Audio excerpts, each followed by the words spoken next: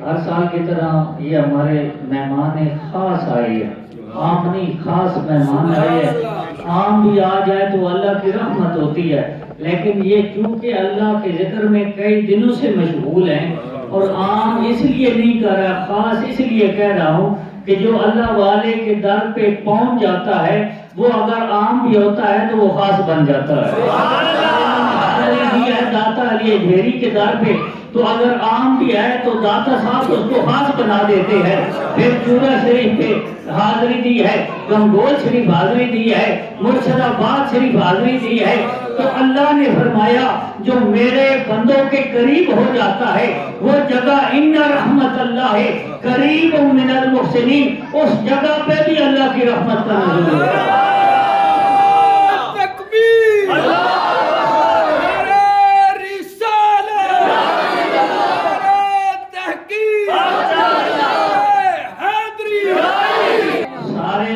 عقیدت ہے، میں نے اولیاء اللہ سے پیار کرنے والے ہیں، اور میں یہ کہتا ہوں سلسلہ کوئی بھی ہو، قادری ہو پھر بھی خوشبو سنت مصطفیٰ کی آتی ہے، اگر سلسلہ چشتیہ ہو پھر بھی خوشبو سنت مصطفیٰ کی آتی ہے، اگر سلسلہ سہروردیہ ہو پھر بھی خوشبو سنت مصطفیٰ کی آتی ہے، اگر سلسلہ نقشبندیہ ہو پھر بھی خوشبو سنت مصطفیٰ کی آتی ہے۔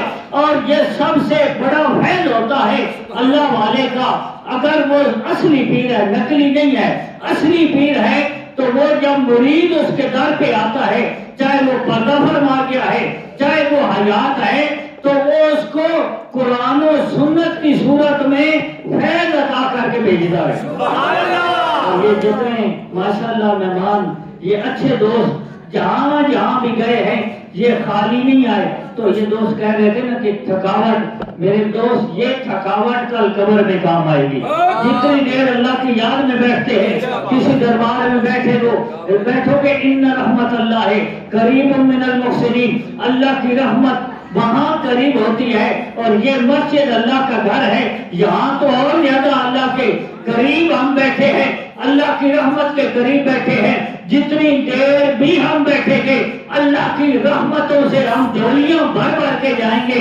اور اللہ فرمائے گا یہ ان کا سفر ریگان نہیں جائے گا، کیونکہ یہ رب رسول کا فیصلہ ہے، جو میری یاد میں وقت گزارتا ہے وہی بندہ کل قیامت والے دن کامیاب ہو جائے گا۔ یہ کامیاب لوگ ہیں جو اللہ کے ذکر کی خاطر نکلتے ہیں، جو کوئی جہاد کی خاطر نکلتا ہے، کوئی روزی حلال روزی کمانے کی خاطر نکلتا ہے، کوئی اللہ کے بندے مزدوری کے لیے نکلتا ہے، اور کوئی دین کی تبلیغ کے لیے نکلتا ہے۔ یہ خوش قسمت لوگ ہیں کہ ان کی لسٹ میں آئے ہیں جو اللہ کی راہ میں نکلے ہیں، اللہ کی رضا پانے کے لیے نکلے ہیں۔ اور میری بات یاد رکھو، قرآن و سنت عطا کرتا ہے اللہ کا ولی، چاہے دنیا میں ہے چاہے پردہ فرما گیا ہے۔ یہ اکابرین فرماتے ہیں کہ اللہ نے آسمان بنائے پھر زمین کو بنایا، دونوں کو بنانے کے بعد آسمان پہ ستاروں کو سجا دیا، آسمان پہ ستاروں کو سجا دیا جو ہمیں پھول کی طرح نظر آتے ہیں، روشنی کی طرح چمکتے ہوئے نظر آتے ہیں۔ زمین نے عرض کی یا خالق کائنات، ہم آسمان کی طرف دیکھتے ہیں تو ہمیں چمکتے ہوئے ستارے نظر آتے ہیں، روشنی نظر آتی ہے، پھول کی طرح چمکتے ہیں، آسمان بڑا خوبصورت نظر آتا ہے۔ یا اللہ میں اس نعمت سے محروم ہوں۔ اللہ نے فرمایا ستارے دور جاتے ہیں، چھپ جاتے ہیں، تیرے اوپر میں وہ پھول سجاؤں گا جو قیامت تک غائب نہیں ہوں گے، دن کو بھی روشنی دیں گے، رات کو بھی روشنی عطا فرمائیں گے۔ ستارے ہیں کیا؟ رب نے فرمایا آسمان کو ستاروں سے سجایا، وہ صرف خوبصورتی کے لیے ہے اور روشنی کے لیے ہے یا علم کے لیے ہے، لیکن زمین تیرے اوپر میں نے اپنے ولی پیدا فرمائے ہیں جو رات کو بھی چمکتے ہیں، دن کو بھی چمکتے ہیں۔ فرشتے جب دیکھتے ہیں کہتے ہیں یا اللہ یہ زمین سے نور کیسا آ رہا ہے؟ اللہ فرماتا ہے یہ میرے وہ ولی ہے جو دن کو بھی میرا ذکر کرتے ہیں، رات کو بھی میرا ذکر کرتے ہیں۔ اور ایسی بات نہیں ہے، فرمایا ستارے ڈوب جاتے ہیں، یہ اللہ کے ولی ہیں، اگر گلیوں میں پھرتے ہیں، زمین پر موجود ہیں، حیات ہیں تب بھی فیض نور کی صورت میں بانٹ رہے ہیں، مزار میں چلے گئے ہیں تب بھی نور کی صورت میں فیض بانٹ رہے ہیں۔ تو یہ اللہ کے ولیوں کے در پہ ہو کے آئے ہیں، یہ خالی نہیں ہے، اور مہمان کا اکرام کرنا چاہیے۔ ٹائم کی مناسبت سے صرف 2-3 منٹ اور میرے دوستو، یہ قرآن و سنت کی صورت میں اللہ کا ولی فیض عطا فرماتا ہے، دنیا کی خاطر دنیا کا لالچ نہیں رکھتا، وہ قرآن و سنت سکھاتا ہے۔ دیکھو اللہ کا نبی امام الانبیاء ساری کائنات کا سب سے بڑا پیر ہے، سبحان اللہ۔ سب سے بڑا پیر کون ہے؟ ہمارے نبی سب سے بڑے پیر ہیں، اور انہوں نے اپنے غلاموں کو کیا سکھایا، صحابہ کو کیا سکھایا، جن صحابہ کی وجہ سے آج ہم مسلمان ہیں۔ حضرت سلمان فارسی کو آقا علیہ السلام نے نا گورنر بنا کے بھیجا، اور جاتے یہ تلقین کی، اے میرے پیارے صحابی، اور رو پڑے، سارے صحابہ رو پڑے کہ اے میرے پیارے صحابی، میرے پیارے غلام، اب ملاقات اس دنیا میں نہیں ہوگی۔ کیا کہ دوبارہ ملاقات اس دنیا میں نہیں ہوگی۔ سارے صحابہ رو پڑے، پتہ تھا کہ آپ پردے کا وقت قریب آ گیا۔ اب سنت کی میں بات کرنے لگوں، جس سنت کو ہم نے چھوڑ دیا، معمولی سمجھا ہے۔ صحابہ کرام نے کتنا ادب کیا، یہ بات کر کے پھر دعا کرتے۔ حضرت سلمان فارسی رضی اللہ تعالیٰ عنہ جب گورنر بن کے اس علاقے میں گئے تو لوگوں نے دعوت کی، بڑے بڑے امیر کبیر لوگ آئے۔ دعوت کرنے کے بعد جب کھانا لگ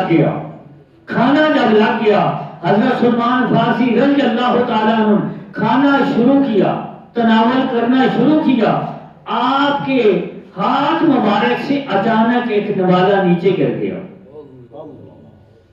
آج ہماری یہ حالت ہے کہ اے اکرم بھائی پانی پی لینا، تو ہم کہتے ہیں نہیں یار جھوٹا ہو گیا، میں تو نہ پینا پانی۔ یہ ہماری سوچ ہے۔ واہ نبی تیری عظمت کو سلام، سارے نبیوں کے امام، اللہ کے بعد سب سے بڑا مقام رکھنے والے 72 صحابہ ہیں، ایک پیالہ ہے، سارے باری باری دودھ پی رہے ہیں، سارے صحابہ کے منہ سے لگا ہوا پیالہ امام الانبیاء نے آخر میں پی کے بتا دیا کہ کوئی جھوٹا وغیرہ نہیں ہوتا، بلکہ مومن کے جھوٹے میں اللہ نے شفا رکھی ہے۔ نوالہ جب گرا نا تو حضرت سلمان فارسی نے بسم اللہ پڑھی اور نوالہ اٹھا کے نا کھانے لگے، تو وہ جو بڑے امیر کبیر تھے نا انہوں نے ہاتھ پکڑ لیا، کہنے لگے سرکار یہ کیا کر رہے ہیں، بڑے بڑے لوگ بیٹھے ہیں، ملک چودھری خان بیٹھے ہیں، تو یہ برا محسوس کریں گے، ان کا اپنا سٹیٹس ہے۔ آپ نے فرمایا خبردار جلال میں آ گئے، ان کا سٹیٹس باہر میں جائے، ان کی خاطر میں اپنے سونے نبی کی سنت کو چھوڑ دوں۔ میں نے اپنی آنکھوں سے دیکھا ہے کہ نوالہ گرا، سلطان الانبیاء نے بسم اللہ پڑھ کے زمین سے وہ نوالہ اٹھایا اور تناول فرما لیا۔ میں ان کی خاطر، ملکوں چودھریوں خانوں کی خاطر، ان کی سٹیٹس کی خاطر نبی کے سنت کو نہیں چھوڑ سکتا، اور یہ بتا دیا کہ اللہ کی حبیب کی سنت پہلے ہے، باقی سارا کچھ بعد میں ہے۔ یہ جو ہم اکٹھے ہوتے ہیں نا محفل میں، ہمارا صرف ایک مقصد ہوتا ہے کہ ہم دین سیکھ کے جائیں، قرآن و سنت سیکھ کے جائیں۔ الحمدللہ نعتیں پڑھنا ثواب کا کام ہے، لیکن یہ یاد رکھو نعت کے ساتھ ساتھ جو درس ہے وہ بھی ضروری ہے۔ قرآن اور سنت نہیں سنو گے تمہیں دین کی سمجھ نہیں آئے گی۔ دین کی سمجھ صرف قرآن و سنت سے آتی ہے۔ دعا ہے اللہ کریم ہماری حاضری قبول فرمائے۔